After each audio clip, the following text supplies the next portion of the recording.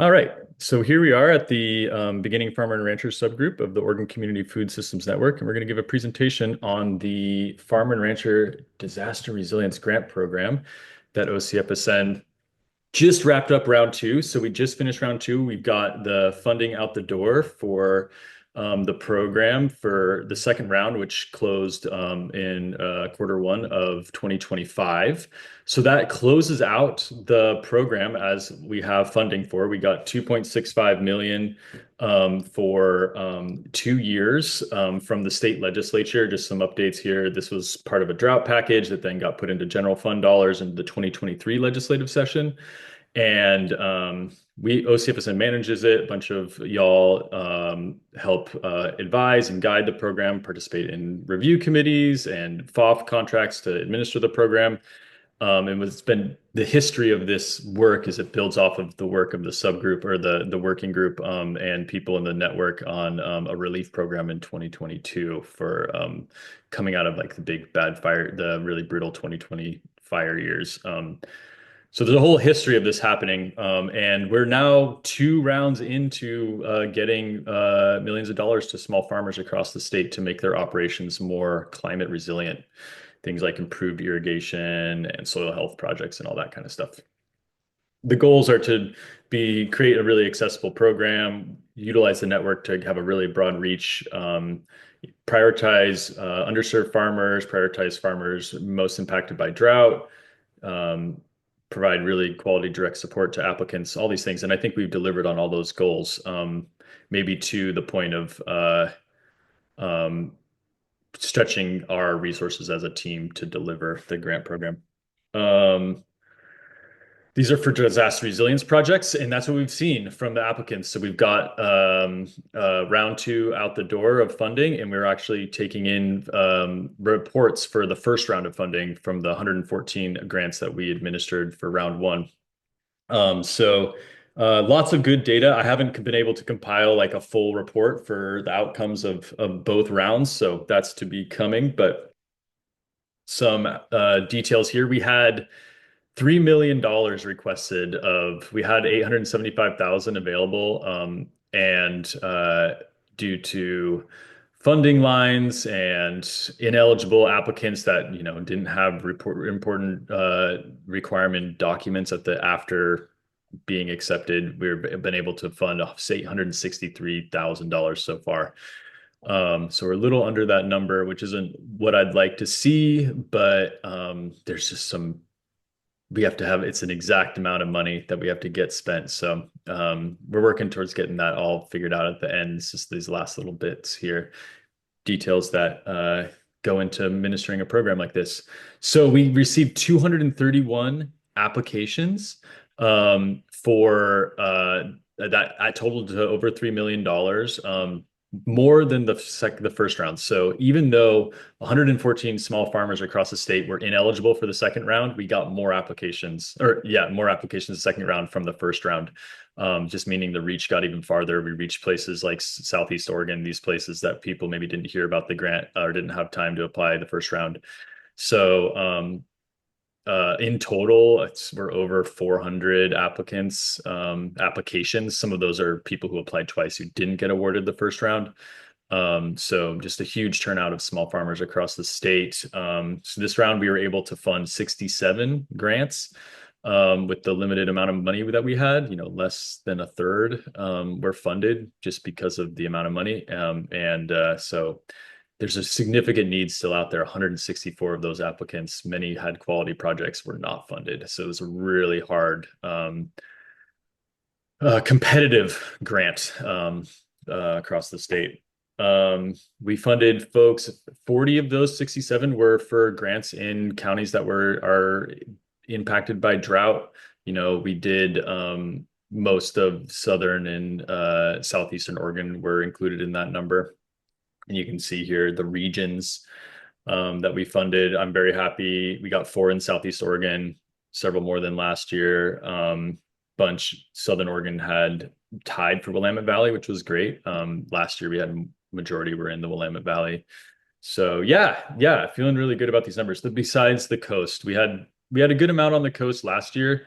This year didn't play out that way, and we don't prioritize region. Like we don't bring people up if they're in a specific region or not. We let the points in our grading rubric dictate that.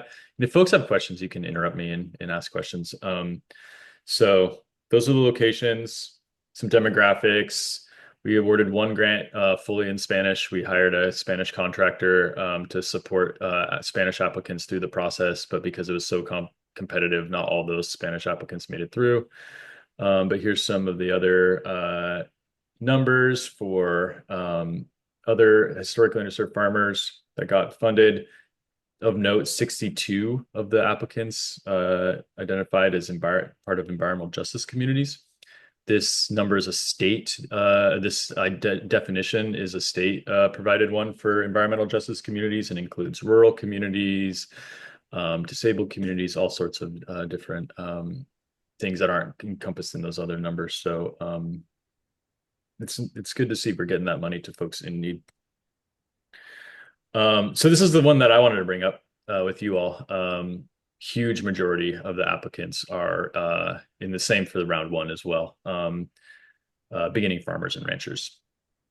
And we've had some pushback from some more established farms that feel like they see a lot of resources for BFRs, but not for more established long-running farmers that are also, struggling with climate issues, struggling with capital access. So it's just it's an interesting thing we're seeing here in this grant program. We've even had one of the requirements for the grant is that they have to have some tax filings they have to be a business that's been established for at least a year.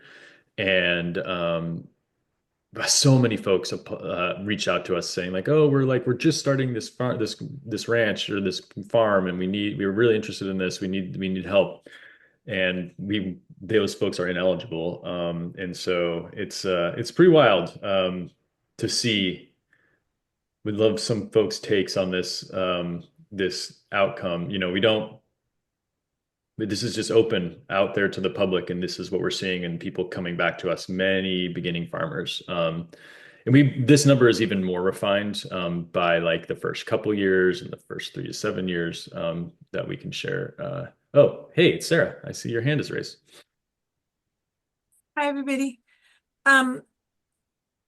Yeah, so one thing that I think this is actually a place where organizations like NEOEDD can be a low barrier for people to deal with, like the tax filing part, because we don't specialize in food and farm businesses. We do general business support, but our niche is like startups and people that don't have experience and people that are low mod and people that are more diverse and can't generally access a lot of resources. So I think it's a place where, and I don't know how you guys are responding when you let people know they're not eligible because of that, but I think, just helping guide them to places where they can address that in the future and not feel totally overwhelmed by like a Schedule F or something. You can blow it up in your mind as it's complicated enough to do the farming part. But I think knowing those, having kind of trusted partners, obviously NEOEDD only serves 3 counties, but there would be other organizations like ours, I think, that would be kind of low bar and not be critical of people if they've been doing stuff and can help them kind of, figure out how to get it together and understand that, it is okay to show that you're not making money when you first start and things like that, that sometimes people are nervous about.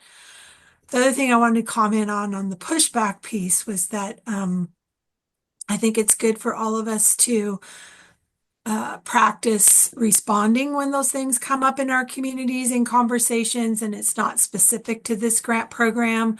But I had to do that myself, and it's easier when it's someone that you have some kind of a relationship with. But the person that I was talking to was someone who has had to overcome a lot of barriers and has done well at accessing resources to overcome those barriers as somebody that wasn't necessarily well served. and had to kind of break through, but still was able and met the qualifications for things like through NRCS and stuff.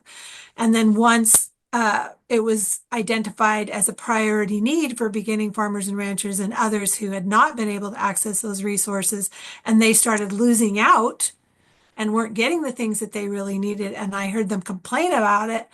And I said, well, you and I have had conversations about how people are limited and prevented from accessing these barriers. And if we are people who've accessed these in the past, when it comes our turn not to be able to get access them because we have said other people should be getting it, we have to sit with that, right? We can't, it's like this is when we're being held accountable. And I think that's an important thing because even though it's hard to give stuff up, you can own that you wanted it to be given up, right? It's part of like it is another way for us to contribute.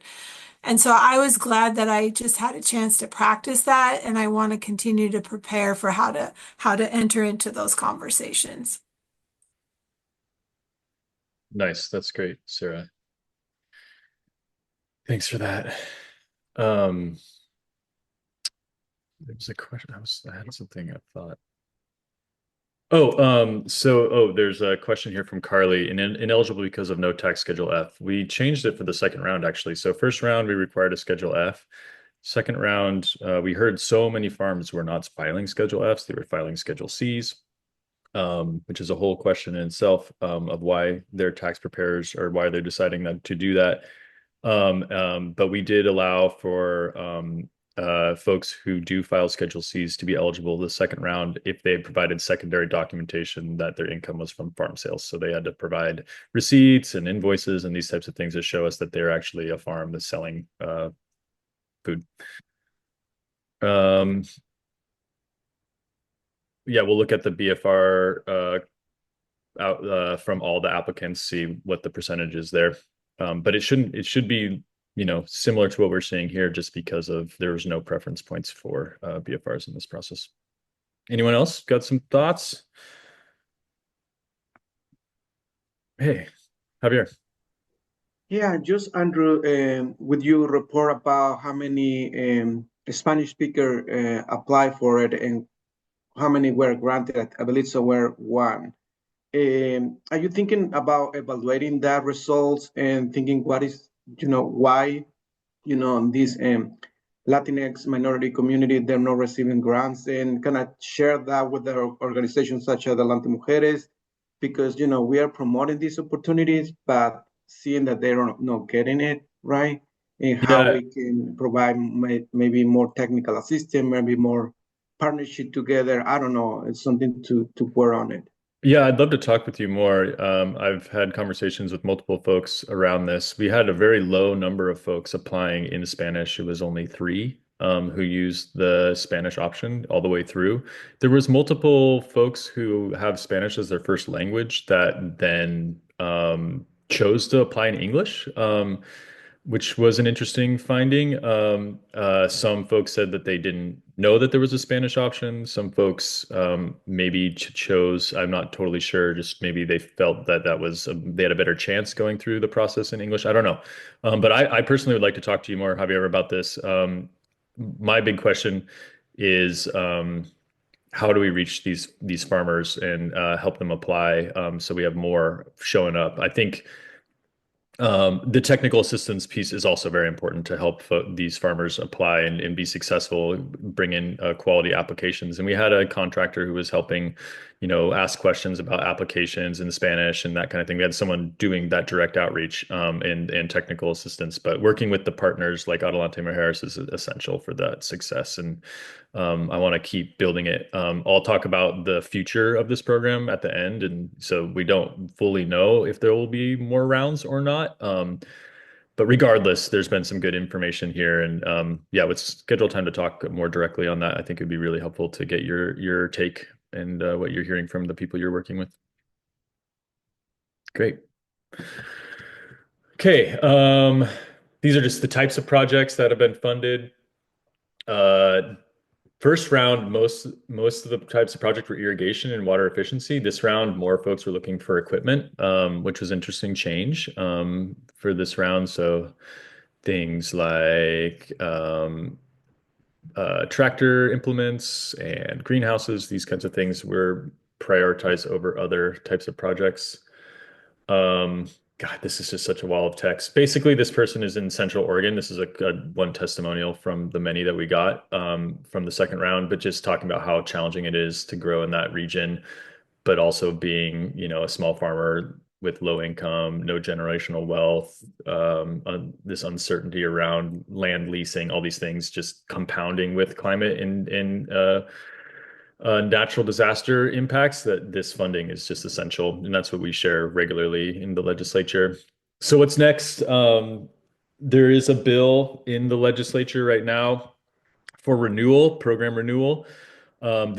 This program is a part of a suite of disaster resilience programs. There's one that's administered by Oregon Farmers Market Association for farmers markets, climate resilience, and then there's one that we also administer for food hubs, for food hub resilience, and all three of those are in a bill 2979, House Bill 2979, that's passed through the first couple of hurdles, and we hear there's a lot of support. We've had amazing testimony from farmers and farmers markets and food hubs and all of y'all within the community, the network, supporting this funding and that works. The legislature really appreciates hearing that, and they think this is a solid program, and it has a really big impact. They like this type of support. But it's a very tight budget year. The revenue forecast came out yesterday, and where there's significant uncertainty, as we all know, both federally and economically. So the revenue forecast is not as optimistic as maybe we would hope, but more like what we expected for the state. So that's really where our challenge lies, is if we kind of meet that priority for the state with a limited budget when there's so many other significant needs out there. So we'll just keep rolling with that. And we'll keep people updated when there's outreach opportunities and opportunities to get engaged in that process. We have amazing leaders like ORCAN and FOF, Oregon Climate and Agricultural Network, and Friends of Family Farmers, who are in the Capitol constantly talking about this. So yes, that's that. Any other thoughts or questions on the program? You had mentioned the administration of this round sort of taxed staff capacity. Was that for any specific reason, or was it just? We created a grant program out of scratch, and we learned a lot of stuff about how this works. And we're working with a population that aren't grant writers. They need a lot of help. So going through a full round for the first round, and then not understanding the timing of all these things, all that stuff has just been a lot of work for the team to make sure that we really deliver on the goals and have a really quality program to report back out to the state and the public about what we've done. So, we just put in the effort to really work closely with all the applicants. And there's now, with the second round, over 180 of them, which is a lot of people. And we keep it as simple as possible to move things forward, and to be able to get as much of this money. So it's always a balance of how much money is it going to be for administration versus money that goes directly to farmers. So being green and new to this stuff, we're like, let's put as much money as possible into the farmers' hands, which is right. That's what we want to do, and that's what the argument always is with nonprofits, like how much is actually reaching the ground. We did that, and it's a whole lot of work. And so if we get renewal, we'll have to reevaluate some things to make sure that we are providing the resources that the applicants need to be successful. Matt. Andrew, could you go back to the demographic slide real Yep. quick?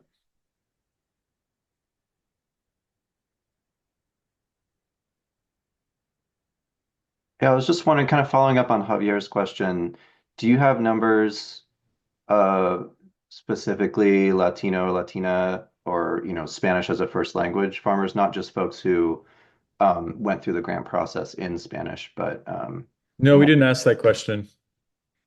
Okay. We asked this immigrant refugee question and the BIPOC question, but that's lumped, right? That's all, that can be anybody. We did not ask that question, so we do not have that data. Okay. We Thanks. know from our, when we started interacting with folks, like, okay, this applicant had some questions, and they said, oh, maybe we could get some interpretation for our meeting. And so then we understood, like, and then we're like, hey, why you applied in English, but you're asking for interpretation? What's going on here? And then we learned why, this happened. They didn't know there was a Spanish application. So that was just happened through our direct communication with applicants that we learned that. Thanks for sharing. Yeah. I'm very happy with how this has turned out. I think it's a really impactful program, and I think there's a lot of just the testimonial that we get from folks. The impacts this has made on their operations is really amazing. So I look forward to refining and improving the program as we go, and we'll be reaching out to y'all to help us with that. That's how we've gotten this far already, has been the strength of the network. So that's that.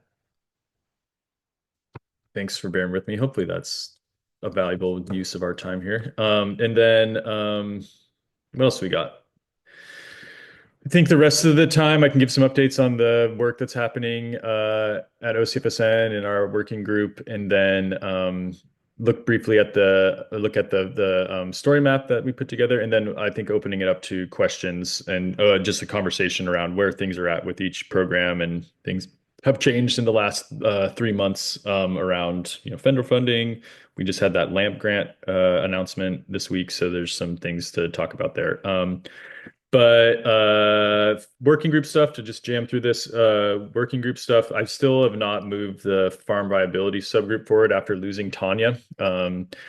She really took that on when I was on leave, and it's languished. I need to find somebody who wants to help me put that together and move those conversations forward. I've got Rich on deck with I forget his company name.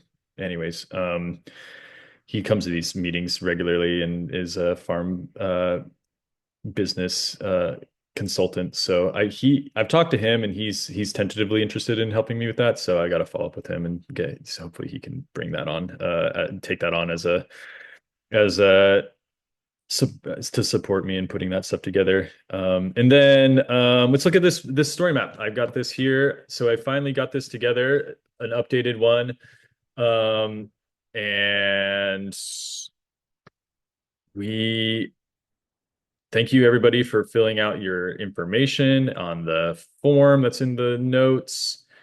And this is what we got as a draft for our updated map. The old map we did, that was started before my time, and I kind of inherited it. Wasn't being supported by GIS, so I kind of just let it lie. I didn't want to spend a lot of time updating it because it was going to go away. So we finally got this new system that is going to be able to be managed moving forward. So what do y'all think? How does this look? I did my best to figure out how to do the statewide versus regional. I know that's been a constant question of like how to document that. So we had to have two categories because in the map, there's no real way to have this structure with like the side panel with all the different organizations lined up, and then the map with like regions drawn on. They didn't have that functionality. So, I guess maybe I could go deeper and pay a higher subscription to get the some other version of this. But yeah, what do y'all think of how this is set up? There's still a lot more to be put in here. It's just the original draft, but let's talk about is this a useful tool, and is there edits that need to be made? Penny. I liked the grouping of the statewide versus regional. I think that made it really easy to sort of know where you wanted to start. I did have questions about who's the primary target audience to use something like this. And so like that informing how it should be designed, how am I meant to use it? I see this being very valuable to someone like me as a farm service provider, but I would want to be able to share it with farmers. And so having it easy for them to navigate and sort of know what they're looking at. How many clicks are they making to get where they need to be? And I know part another thing that stood out to me was that there's the skill level portion under each listing. Um, and that was surprising to me because this is beginning farmer and rancher, and so seeing, well, what skill level do I need to have, and some of them are intermediate and advanced. It confused me. That's just something that's been like held over from the other one. That was like a question. Um, and it's more like what support. So yeah, we could just remove it. I don't know if it's confusing. Get rid of it. The simpler the better, honestly. I'm also looking at this as should my program be on this map?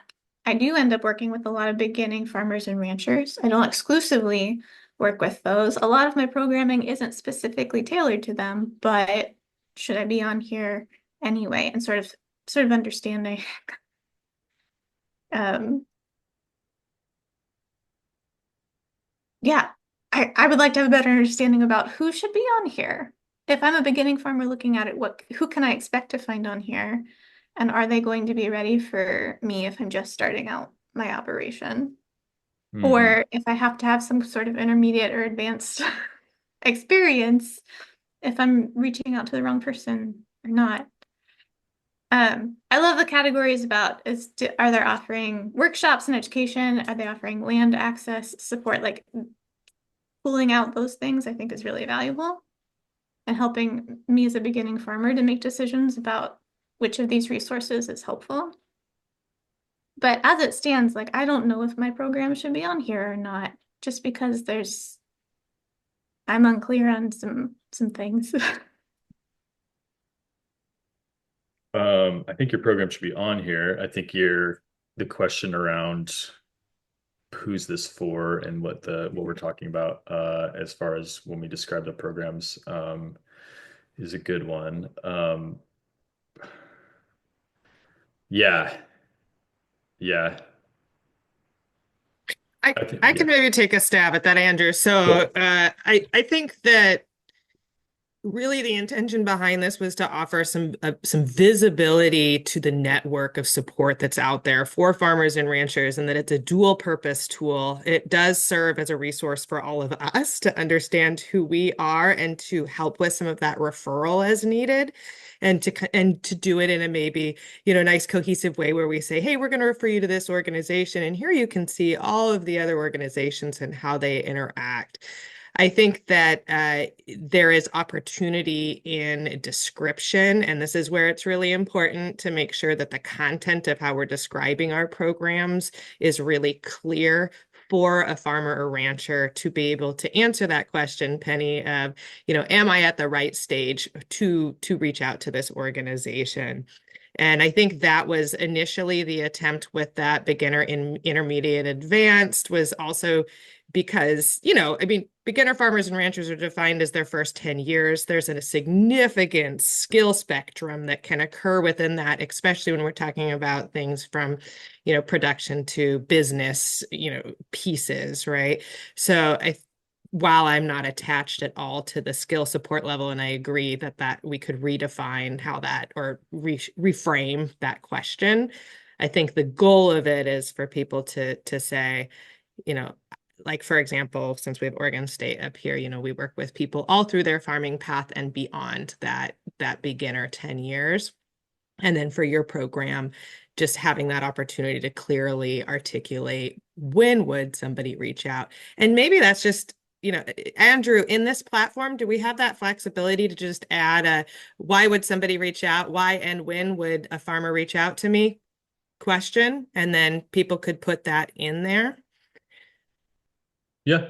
Yeah, it's easy. The only struggle with that is I've put the form together and people have answered it. So then having people go back and answer that one question, it's not that hard. It's just pain in the ass for people. Yeah.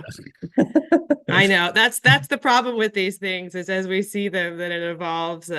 But I'm personally a huge fan of just those questions, the question that everyone's coming to something with this in their minds and then answering that clearly. So I think that question of, why and when would I reach out to this organization, and then have the organizations clearly answer that, would be helpful for everybody. Like that.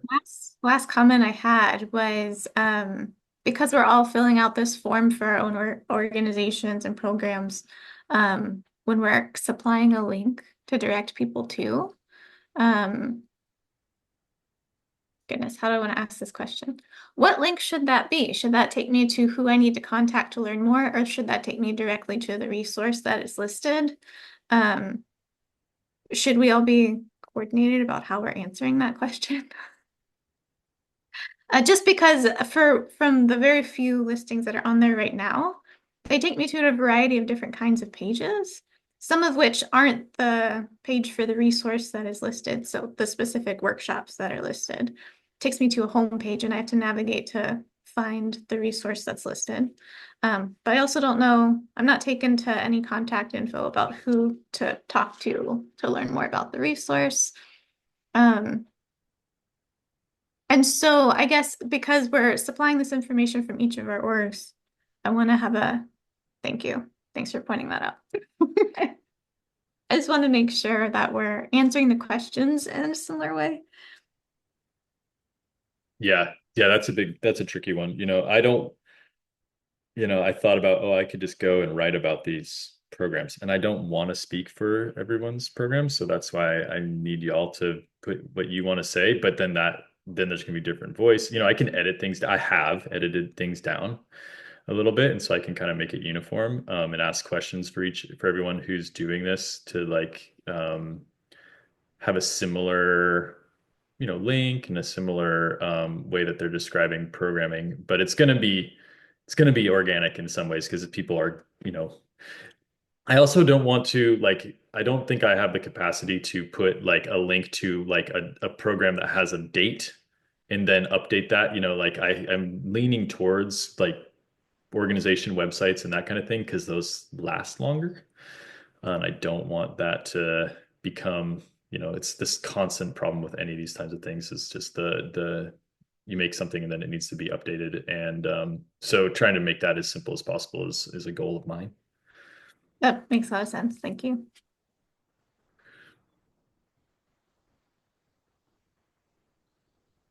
I piggyback on that. Yeah. Had kind of a similar thought to Penny about, what sort of page are we linking people to? And I see Friends of Family Farmers has put 3 websites in there, which is nice, because then it relates to the different program descriptions that are in the program description. I'm wondering if it's possible to put active links in the program description. So if you're reading about, say, Oregon Network, can we just put a link right next to that, so it's really clear in the program description? They can just click on it right there, rather than then going back up to, okay, which website do I click on, or something. You totally can do that. Okay. Yeah, and just to say, I think the program description could be that place where the who do we serve and why is clearly answered. I think it just we would want to review or ask everyone to make sure. Is it clear in your description of who should reach out to you and when and why, instead of making a separate question. Nice. And then just attaching what Matt just shared, then there could be that if you're in this stage, link to this, or if this is what you're looking for, here's a specific link.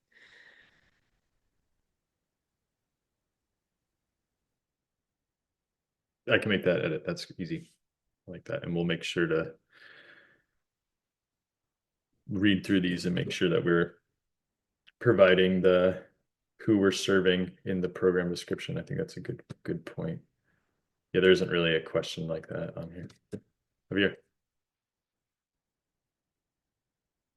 Yeah, Andrew, just a comment about the presentation. I really like, I used to manage IDA, Individual Development Account Program. It's a saving matching account. And I just sharing the link that they have. I was able with a zip code to find the organization, to find, different organizations around this zip code. maybe just sharing for you to explore and this see if that can be a possibility for this website to put something like that. I know there is category space as well there. And if you're looking to get services in a specific language, you can put the search there as well, and it give it just some information about some organizations that provide these kind of services. Just kind of sharing that information that I got, and while I was providing the IDA program here in Netherlands Mujeres. Thank you for that. I like that. I'll look at that and see what we can add into here. Sure, there's a way someone could put in their zip code, and then it's just if I have the technical ability to do that with this tool. I'm positive there's a way to do it. It's just my the limitation here.